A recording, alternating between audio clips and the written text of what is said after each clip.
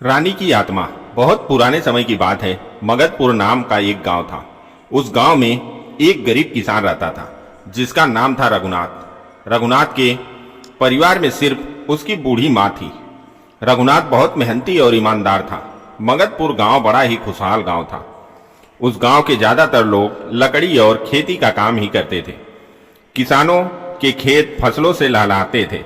एक दिन रघुनाथ रोज की ही तरह अपने खेत में काम कर रहा था। उसके खेत में एक बहुत ही पुराना कुआं था। रघुनाथ उस कुएं के पास आया और कुएं को खाली देखकर बोला, इस कुएं में तो एक लोटा पानी भी नहीं है।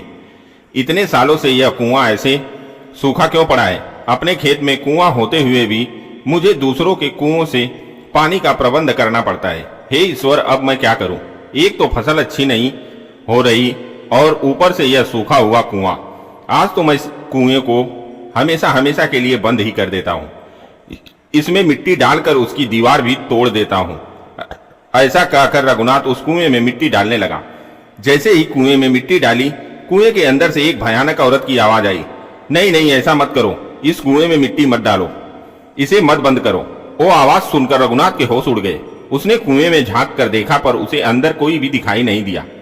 वो फिर सोचने लगा, अरे यह क्या, मैंने अभी अभी तो किसी औरत की आवाज सुनी थी पर यहां तो कोई नहीं है। समझ नहीं आ रहा कि वह आवाज कहां से आई थी।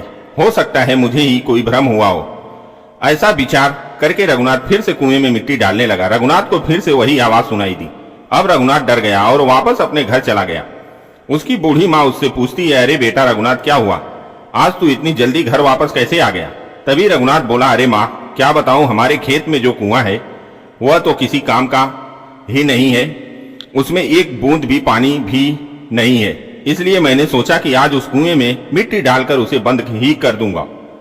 लेकिन जैसे ही मैंने उस कुएं में मिट्टी डालने के लिए मिट्टी उठाई तो मुझे उस कुएं से एक आवाज सुनाई दी।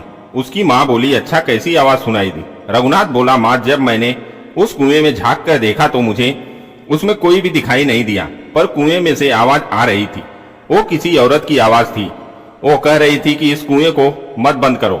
यह सुनकर उसकी माँ कहने लगी, बेटा रघुनाथ, यह तुम क्या बड़बड़ा रहे हो? रघुनाथ बोला, माँ, मैं बड़बड़ा नहीं रहा हूँ, मैं सच बोल रहा हूँ। मुझे पहली बार लगा कि मुझे भ्रम हुआ है, इसलिए मैं दोबारा मिट्टी डालने लगा। मुझे फिर से वही आवाज सुनाई दी। पता नहीं उस विचित्र कुएं में क्या है। रघुनाथ की माँ ने कहा, बेटा रघुनाथ, वो कुआं तो बहुत पुराना है। तुम्हारे बाबा जी कहते थे कि उनके दादा परदादा के जमाने से भी पुराना वो कुआं है। रघुनाथ चौंक कर बोला, क्या वो कुआं इतना पुराना है? हाँ बेटा, सुनो तो ऐसी ही है। लेकिन माँ, क्या फायदा इतने पुराने कुएं का जब वो हमें जरूरत के समय पानी ही ना दे सके? बेकार में ही इतने बड़े कुएं के कारण खेत की जगह खराब हो गई है। माँ, मैंने फैसला कर लिया है कि कल मैं फिर से एक बार उस कुएं में मिट्टी डालूंगा और उसे हमेशा हमेशा के लिए बंद कर दूंगा। बेटा, जो भी करना सोच समझ कर करना। फिर अगले दिन रघुनाथ ने फिर से एक बर्तन में मिट्टी भरी और उसके कुएं में डालने लगा। तभी उस कुएं में से औरत की फिर आवाज आई, नहीं नहीं, इस कुएं को मत बंद करो, इसमें मिट्टी मत डालो। अब तो रघुनाथ बुरी तरह से डर गया। वह समझ गया कि बार बार उसे भ्रम नहीं हो सकता। जरूर इस विचित्र कुएं का कोई रहस्य है। उसे अब खेत में काम करने से भी डर लग रहा था। वह अपने घर वापस चल दिया। तभी उसे रास्ते में एक संत महाराज मिले। रघुनाथ उन्हें प्रणाम करते हुए बोला, प्रणाम संत बाबा। संत ने कहा, प्रणाम बेटा, क्या हुआ? तुम इतने घबराए हुए क्यों हो? रघुनाथ बोला, क्या कहूं बाबा, बात ही कुछ ऐसी है। मेरे खेत में एक विचित्र घटना घटी है। संत बोले, विचित्र घटना? अच्छा, ऐसा क्या हुआ जो तुम्हें विचित्र लगा? रघुनाथ बोला, महात्मा, मेरे खेत में एक कुआं है और उस कुएं में सालों से पानी की एक बूंद भी नहीं है। इसलिए मैंने सोचा उस कुएं को हमेशा के लिए बंद कर दूं। जब मैं उस कुएं को बंद करने के लिए उसमें मिट्टी डालने लगा तो कुएं के अंदर से किसी औरत की आवाज आने लगी। कोई कह रही थी कि इस कुएं को मत बंद करो, इसमें मिट्टी मत डालो। वो आवाज सुनकर मैं तो बहुत डर गया। संत महात्मा बोले, अच्छा, तो यह वही कुआं है? रघुनाथ चकित होते हुए बोला, कौन सा कुआं? महात्मा संत उसे कुएं की सच्चाई बताते हुए कहने लगे, कई वर्षों पहले की बात है, इतनी पुरानी कि तब शायद तुम्हारे परदादा का भी जन्म नहीं हुआ होगा। उस समय इस राज्य के महाराज थे, महाराज जय प्रताप। संत महात्मा रघुनाथ को वर्षों पहले की एक कहानी सुनाने लगे, जिसे सुनकर रघुनाथ का डर अब आश्चर्य में बदल गया। संत बोले, उस समय महाराज जय प्रताप एक बड़े ही अनुशासन प्रिय राजा थे। उन्हें किसी भी चीज में गलती बर्दाश्त नहीं होती थी। उनकी एक बहुत ही सुंदर पत्नी थी, महारानी मधुलता। एक दिन महाराज कहने लगे, महारानी हम कुछ समय के लिए दूसरे राज्य में काम से जा रहे हैं, आप हमारे जाने की तैयारी कीजिए। महारानी ने कहा, महाराज आप अकेले ही जा रहे हैं या आपके साथ कोई और भी है? महाराज बोले, हम अकेले ही जा रहे हैं, परंतु आपको यह प्रश्न पूछने की क्या आवश्यकता है? महारानी ने कहा, महाराज हर बार आप मंत्री को साथ ले जाते हैं, इसलिए पूछ रही थी। फिर अगले दिन महाराज दूसरे राज्य में काम से चले गए। महाराज की माता, जो राज्य की राजमाता थी, उन्हें महारानी मधुलता पसंद नहीं थी। विवाह के कई वर्षों के बाद भी महारानी को संतान नहीं हुई थी, इसलिए वह महारानी को बांझ समझती थी। एक दिन जब महारानी राजमाता के लिए भोजन लेकर आई तो राजमाता उससे नाराज होते हुए कहने लगी, तुम्हें कितनी बार कहा है कि मुझे अपना चेहरा मत दिखाया करो। तुम जैसी बांझ औरत को अपनी पत्नी बनाकर मेरे बेटे ने जीवन की सबसे बड़ी गलती की है। उसे मैंने कितना समझाया था कि राजगढ़ की राजकुमारी से विवाह कर लो, परंतु उसकी आंखों पर तो तुम्हारे सौंदर्य का पर्दा पड़ा हुआ था। उस समय तो वह ना कुछ देख पाया और ना उसने मेरी बात सुनी। परंतु देखना, मैं अब अधिक समय तक तुम्हें उसके पास नहीं रहने दूंगी। मैं जल्द ही उसका दूसरा विवाह कर दूंगी और फिर जल्दी ही उसे संतान की प्राप्ति होगी। राजमाता की यह बातें सुनकर रानी मधुलता को बहुत दुख हुआ। एक रात रानी मधुलता महल से बाहर आई और उसने मंत्री को एक पत्र दिया। राजमाता दूर से यह सब देख रही थी और सोचने लगी, यह अच्छा अवसर है। अब मैं अपने बेटे को बताऊंगी कि रात के समय राज्य की रानी राज्य के मंत्री से मिलने जाती है। यह बात सुनकर महाराज के क्रोध का बांध टूट जाएगा और फिर जो होगा वह सब मेरी योजना के अनुसार ही होगा।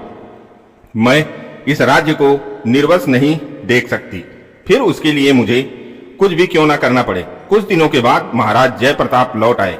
तब राजमाता उन्हें बताते हुए कहती है, बेटा मैंने तुमसे कहा था कि राजगढ़ की राजकुमारी से विवाह कर लो, परंतु उस समय तुमने मेरी बात नहीं मानी और आज तुम्हारी सुंदर पत्नी मधुलता अपनी सुंदरता को राज्य के मंत्री के साथ बांट रही है।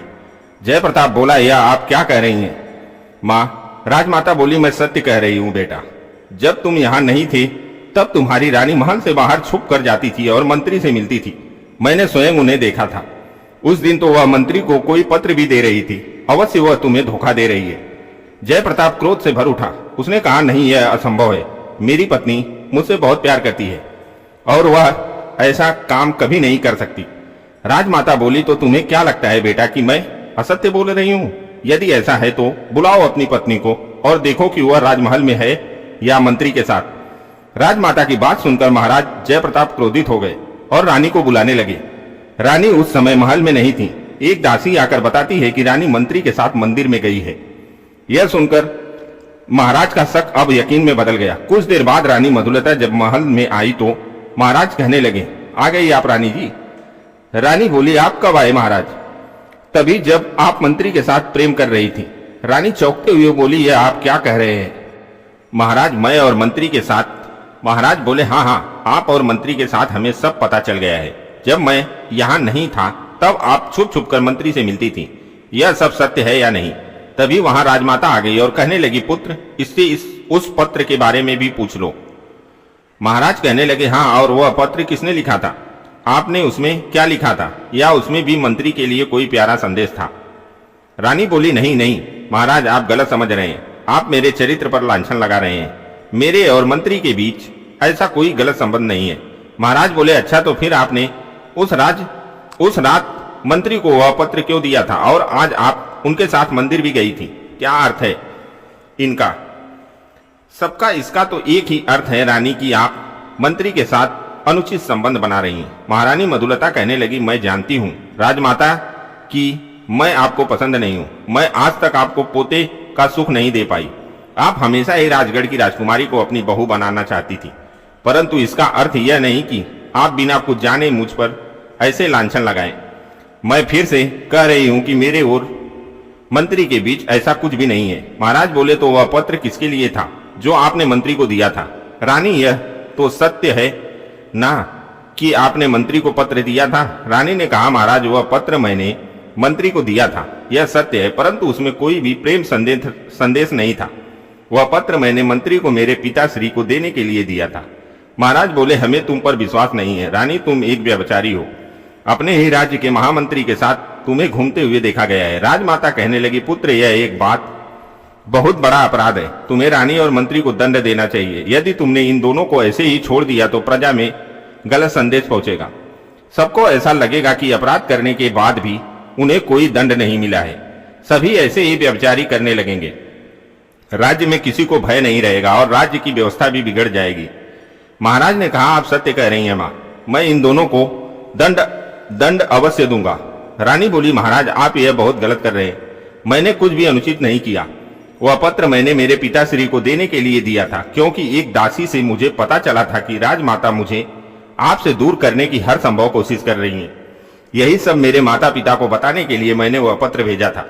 महाराज को रानी की बात पर विश्वास नहीं हुआ और क्रोध में आकर उन्होंने रानी मधुलता को एक जगह पर जिंदा दफना दिया। फिर उस जगह पर कुआं बनवाया गया। फिर संत महात्मा ने कहा, रघुनाथ बेटा, सदियों पहले यही सब हुआ था। रघुनाथ बोला, अच्छा, इसका मतलब है कि वह रानी की आत्मा है जो उस कुएं को बंद करने से मना करती है। अच्छा संत महात्मा, फिर उस मंत्री के साथ क्या हुआ? संत ने कहा, बेटा रघुनाथ, उस मंत्री पर भी महाराज ने विष प्रयोग किया और उसे भी मरवा दिया।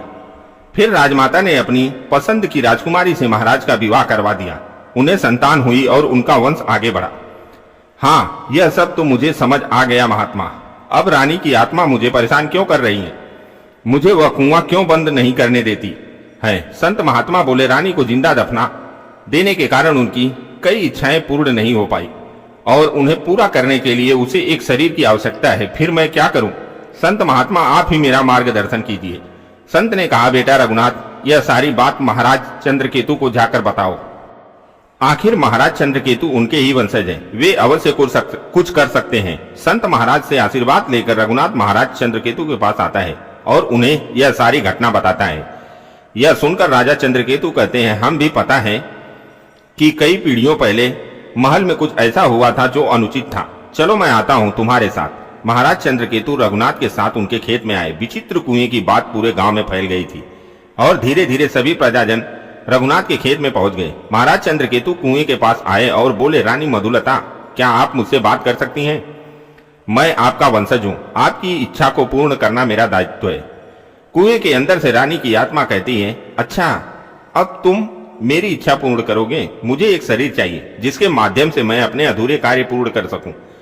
राजा चंद्रकेतु ने कहा, अवश्य रानी, मैं आपके लिए शरीर का प्रबंध करता हूं, परंतु आपको मुझे एक वचन देना होगा कि आप शरीर प्राप्त करने के बाद किसी को परेशान नहीं करेंगे और ना किसी को नुकसान पहुंचाएंगे। रानी ने कहा, हाँ, मैं किसी को परेशान नहीं करूंगी, केवल तुम्हें और तुम्हारे परिवार को नहीं छोड़ूंगी। तुम्हारे राजमहल का मैं नामो निशान मिटा दूंगी। तुम्हारे राज परिवार के कारण ही मेरी मृत्यु हुई थी। राजा चंद्रकेतु घबरा कर बोले, रानी, उस समय आपके साथ जो हुआ वह अनुचित था, यह मैं मानता हूं। आप पर किसी ने विश्वास नहीं किया और आप पर लांछन लगाकर आपकी हत्या कर दी गई, परंतु उस बात को अब बहुत समय बीत गया है। आप मुझसे उसका प्रतिशोध लेकर क्या करेंगी? रानी ने चीखते हुए कहा, प्रतिशोध तो मैं अवश्य लूंगी, बस एक बार मुझे मेरी शरीर प्राप्त हो जाए। आत्मा की यह बात सुनकर महाराज चंद्रकेतु डर गए और सोच में पड़ गए। उन्हें समझ नहीं आ रहा था कि वह क्या कर रहे। फिर राजा चंद्रकेतु उन्हीं संत महात्मा के पास गए जिन्होंने उस कुएं का रहस्य बताया था कि जरूरत संत महात्मा के पास इस समस्या से बचने का उपाय होगा। राजा चंद्रकेतु संत महात्मा को आत्मा की मांग बताते हैं। तब संत ने कहा, महाराज, इस समस्या से बचने का केवल एक ही उपाय है, रानी की आत्मा को मुक्त कराना पड़ेगा। यदि उसे मुक्त नहीं किया गया तो वह और ज्यादा भयानक बन जाएगी और केवल आपके लिए ही नहीं अपितु सबके लिए संकट बन जाएगी। राजा चंद्रकेतु ने कहा, आप ही बताइए संत महात्मा की मैं ऐसा क्या करूं कि यह आत्मा मुक्त हो जाए और यह संकट टल जाए। संत बोले, महाराज, यह आपकी पूर्वज थी, इसलिए आपको इनका अंतिम क्रियाक्रम करना पड़ेगा। वह आत्मा अभी वायु रूप में है, इसलिए वह कुछ नहीं कर सकती। यही अवसर है, आप इस कुएं में के अंदर जाकर एक हवन कीजिए। उस हवन के करते ही रानी की आत्मा मुक्त हो जाएगी और फिर कभी आपको तंग नहीं करेगी। संत महात्मा की बात सुनकर महाराज चंद्रकेतु डरते हुए कुएं के अंदर गए और वहां आत्मा मुक्ति हवन करने लगे। उस हवन के संपन्न होते ही रानी की आत्मा मुक्त हो गई और स्त्री के आकार का धुआं कुएं के बाहर जाकर आसमान में खो गया। संत महात्मा कहते हैं, महाराज, अब वह आत्मा मुक्त हो गई है, अब किसी को भी कोई भय नहीं है। फिर सभी लोग अपने अपने घर चले गए। वह विचित्र कुआं मुक्त हो गया और अब वो कुआं भी पानी से भर गया। सभी लोग विचित्र कुएं की बात को याद करके उसके किस्से सुनाते हैं। अब रघुनाथ का वो कुआं जो कभी पानी से नहीं भरता था, अब उसकी यह समस्या दूर हो चुकी थी। अब उसका कुआं हमेशा पानी से भरा रहता था और उसे खेतों में पानी डालने में सुविधा हो गई थी। अब रघुनाथ के खेत हरे भरे होकर लहलहाते रहते हैं। पानी की सुविधा की वजह से अब उसके खेतों में अच्छी पैदावार होती थी। रघुनाथ का जीवन सुख शांति से बीतने लगा। अगर आपको वीडियो पसंद आया हो तो लाइक करें, हमारे चैनल कहानियों का खजाना को सब्सक्राइब करें और हमें कमेंट में यह बताना ना भूलें कि यह कहानी आपको कैसा लगा। धन्यवाद।